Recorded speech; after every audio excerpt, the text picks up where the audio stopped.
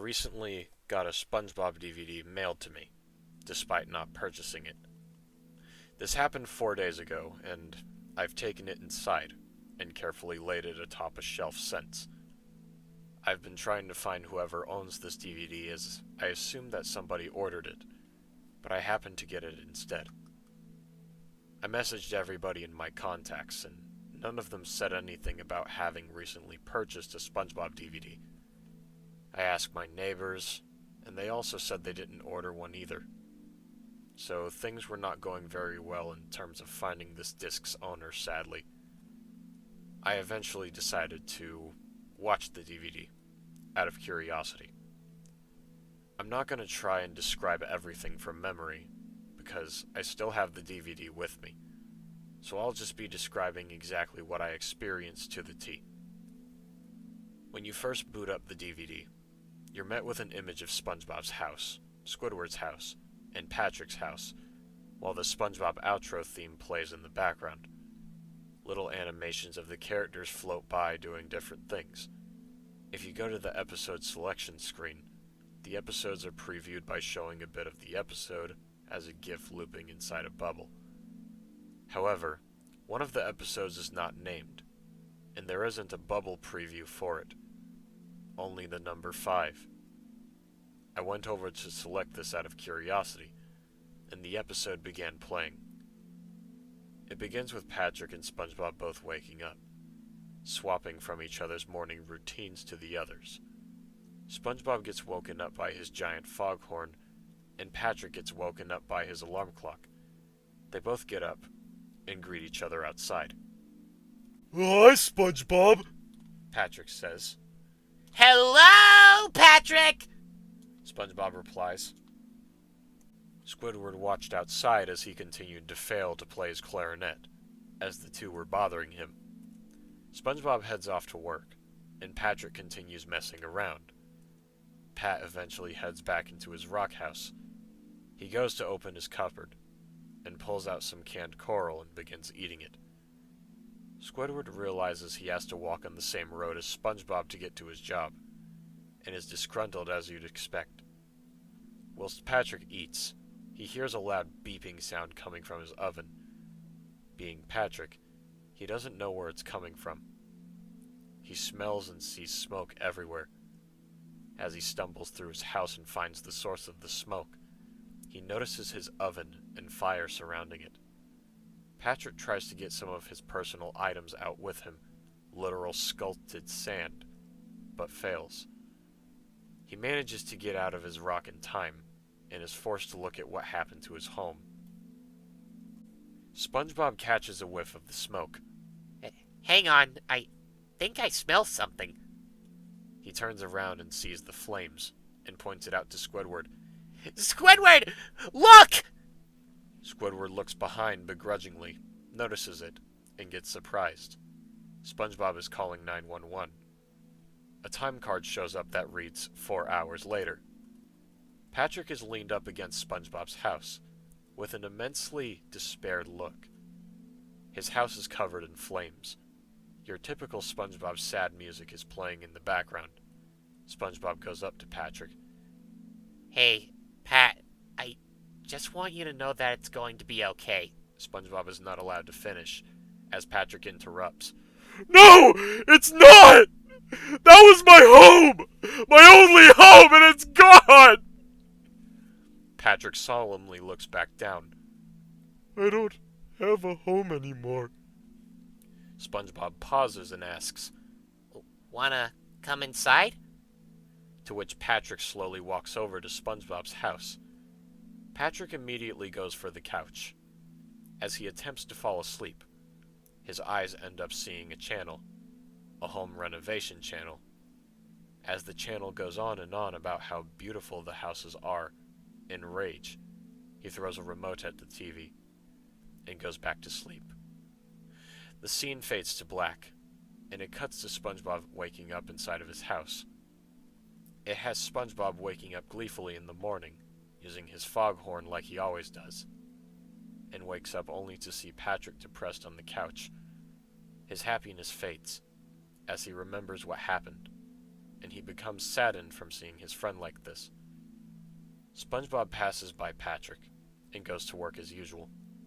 It shows SpongeBob going to work without saying anything, acting uncharacteristically worried. Can't blame him.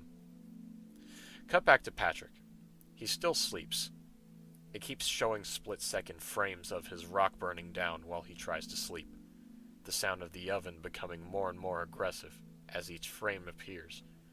The room around him seems to become darker the more the images appear, seeming to transition into night. When he wakes up with a scream, it's day again. He angrily gets up and goes to get himself some breakfast. While he does, he has very visible bags under his eyes. He's frowning, obviously. In the background, Drunken Sailor plays. He pours Kelpo into a bowl, spilling some. He pours some milk into it, also spilling some. He sighs. He sits down in the kitchen and eats the cereal he's made. After eating it all in quick succession, he stumbles to the couch and turns on the TV, the remote still where it was before. The TV goes to the home renovation channel from before. Patrick yells through his closed teeth and flips to the next channel, a food channel. He looks slightly more relaxed when watching the cooking channel. Gary slides into frame and lays up by the side of the couch. The food on the cooking channel is cartoonishly unhealthy, similar to the Ribbit or Good Morning Burger from The Simpsons.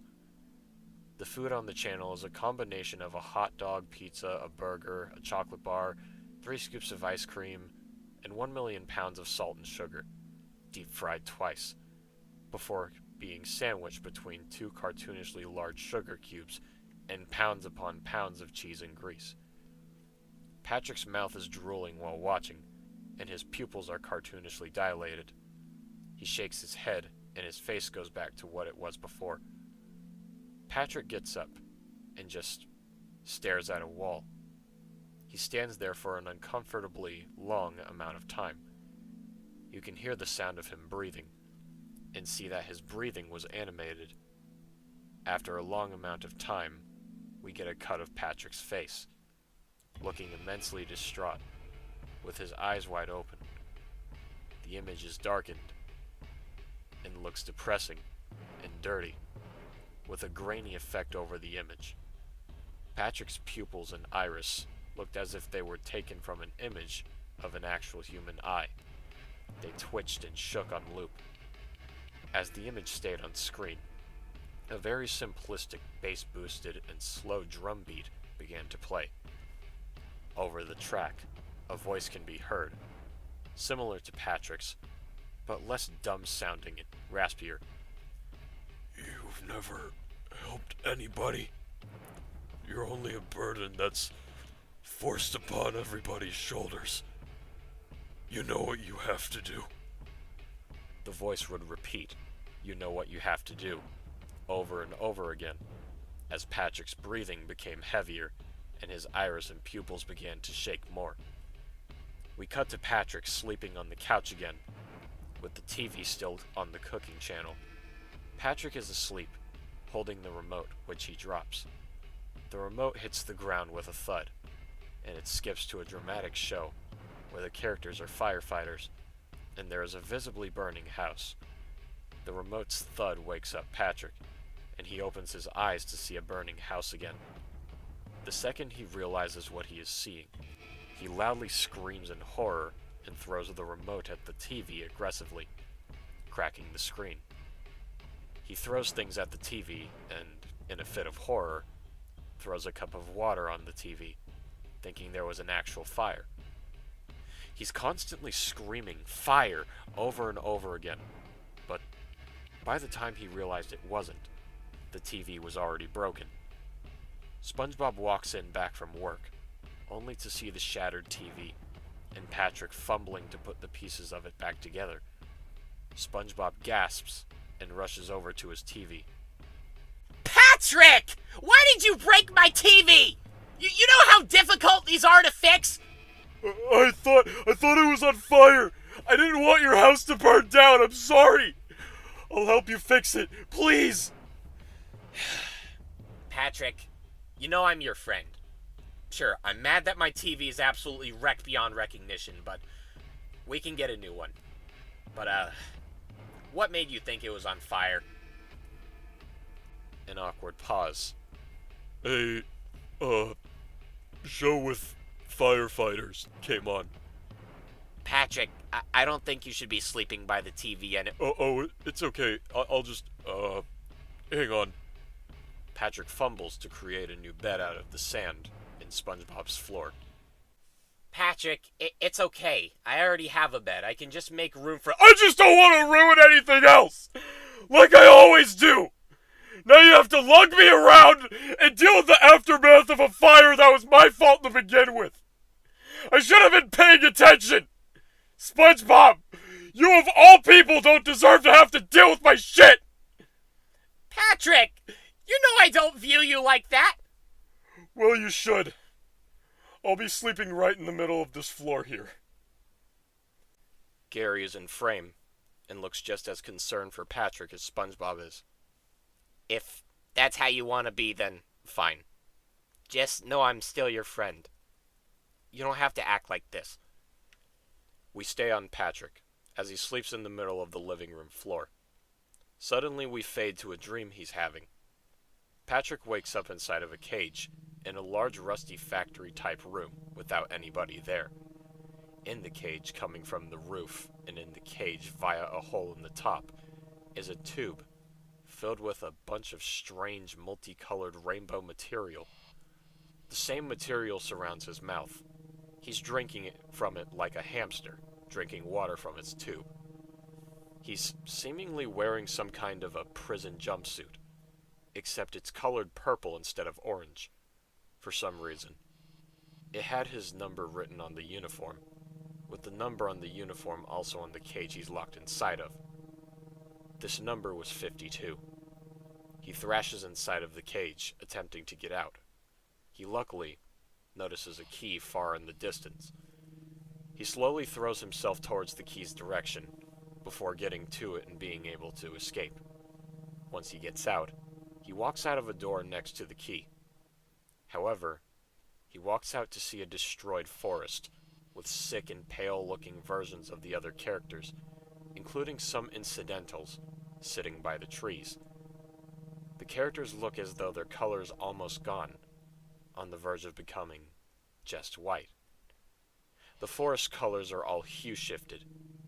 There aren't many leaves on the trees, mostly just the wood. Other trees are smaller and just beginning to grow. Patrick looks very concerned for the other characters, and rushes over to SpongeBob first.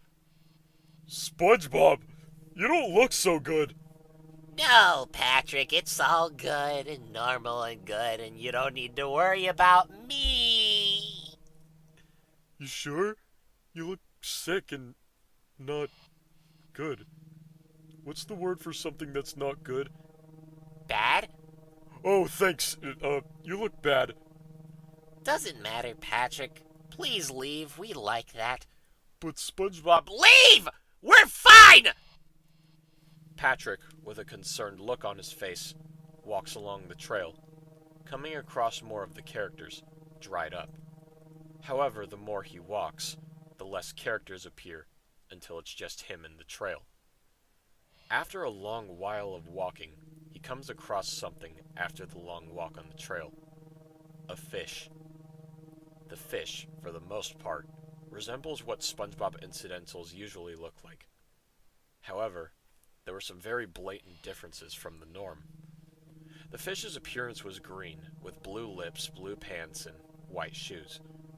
One of his hands was behind their back, while the other was out, hung in the air with a yo-yo tied around his middle finger.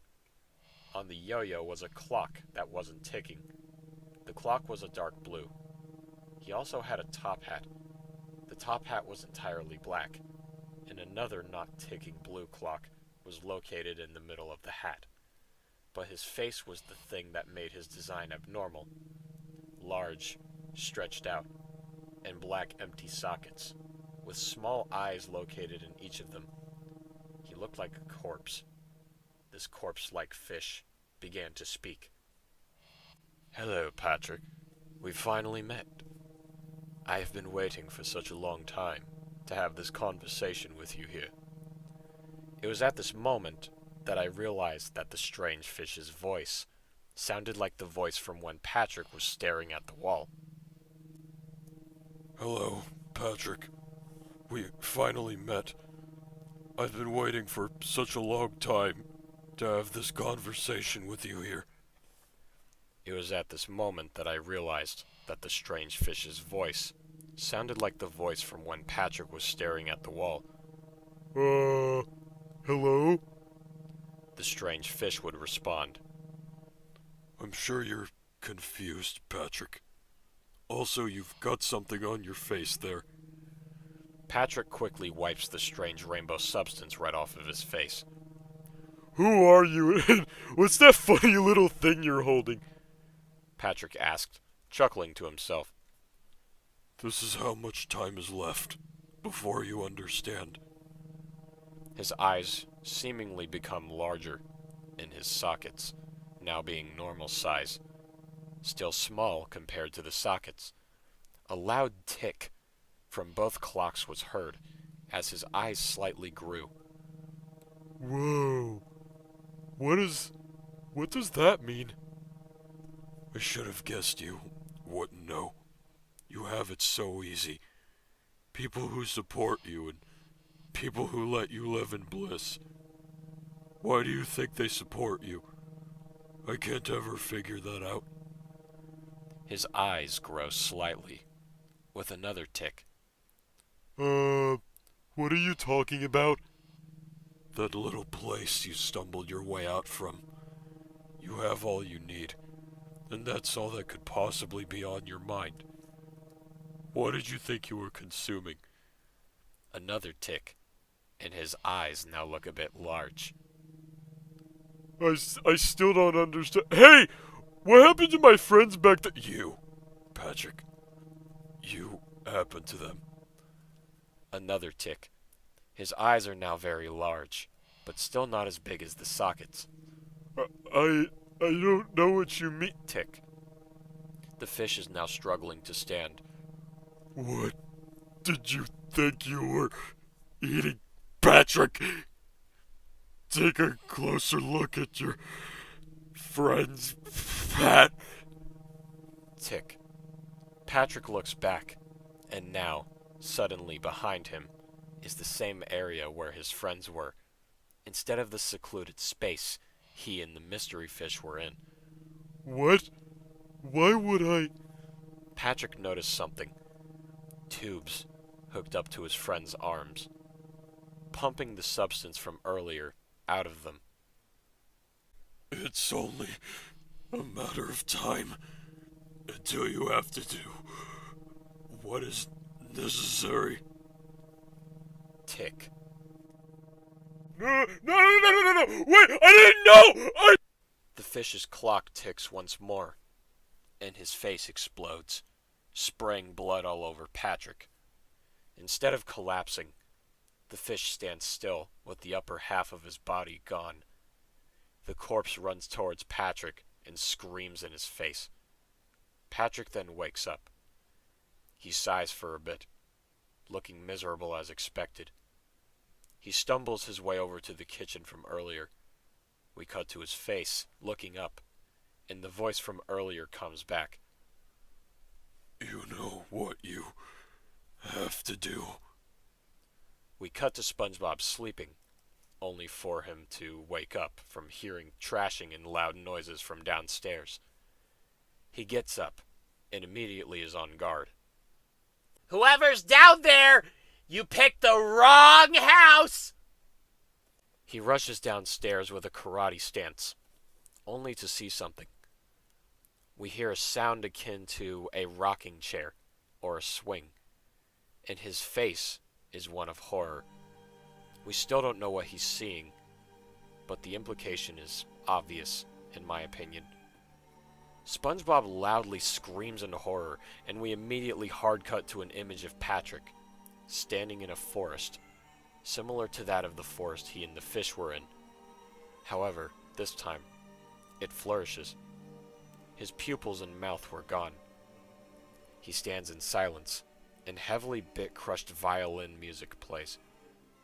The noise from earlier is still there.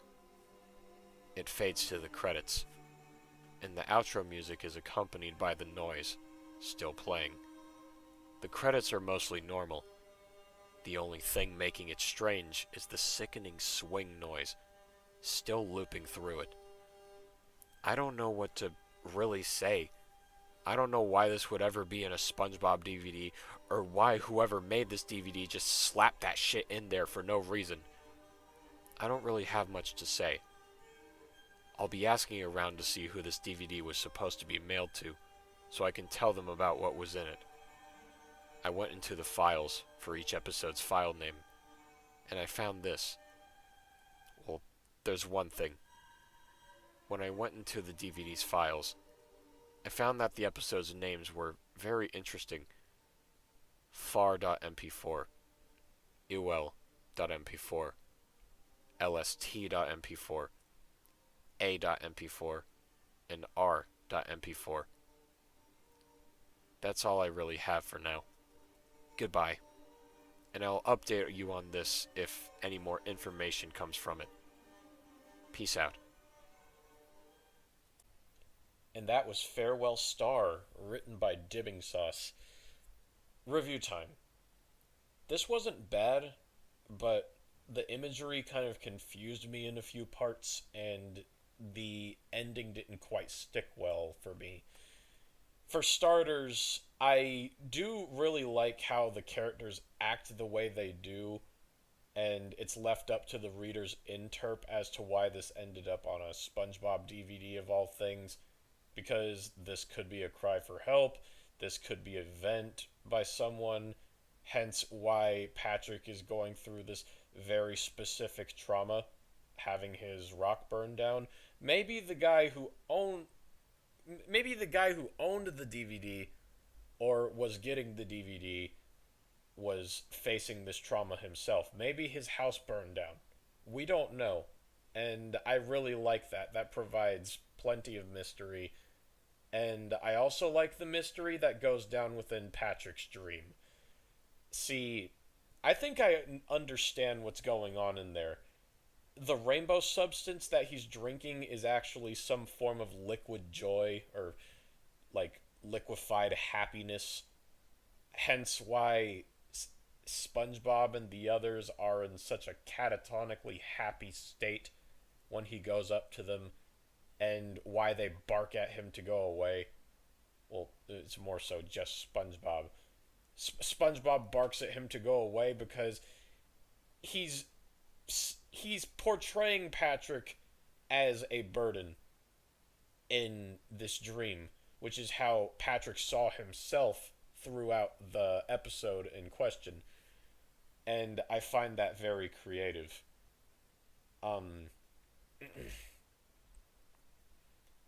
It also begs the question, why exactly is this fish here, of all places, to tell him that he has such little amounts of time left? Why does he have to ask him, what did you think you were drinking, Patrick? What did you think you were drinking, man? But then we get to the actual flaws, such as, again, the imagery. First off, with Patrick staring at the wall, you could have just had him stare. You could have it grainy. I can understand that. But why did you have to give him pupils that were akin to a realistic eye? That is... I hope I don't sound insulting when I say this, but that comes off as a hyper-realism cliche, kind of. It comes off as, oh, Patrick's eyes were realistic, and yeah, I didn't really see a point with doing that. If you took that out, you would have maintained the same amount of creepiness to the scene you know, not to mention what happened beforehand was kind of redundant. Like, he was watching a TV channel about food, and then all of a sudden he gets up and he stares at his wall, and this happens. What was the whole point of having that scene with food in it if you're just gonna have him completely ignore that within the next minute? I don't understand. Then there is the ending. SpongeBob comes downstairs. It is implied that Patrick hung himself. I really like the implication there. That makes for some fine horror. And then it cuts to this. Like, I can understand the background, the setting, linking back to his dream and implying that after he died, he went there. But why did you make his eyes blank and his mouth invisible? What's the point of that? That doesn't happen in his dream. So why is that needed here? Honestly, if you took Patrick out of this piece of imagery in the ending, then I'm pretty sure the implications would be made clear enough even without him. I see this as redundant. And finally, this is a small problem with the story that I think was kind of unintentional. It goes to the credits. It fades to the credits after the episode is over. And this is supposed to be mysterious. The reader isn't supposed to know who made this episode, but it shows up in the credits shows up anyway. Um, I'm not gonna take away too much points for that because I know that was unintentional, but I advise maybe going back on your story and taking that out because it it's kind of it kind of messes with the continuity a bit. Ugh. But yeah, I thought that was interesting. It was just flawed in quite a few parts. And for that reason, I'm gonna give this story a 6.5 out of 10. I liked it, but yeah, some things could be fixed.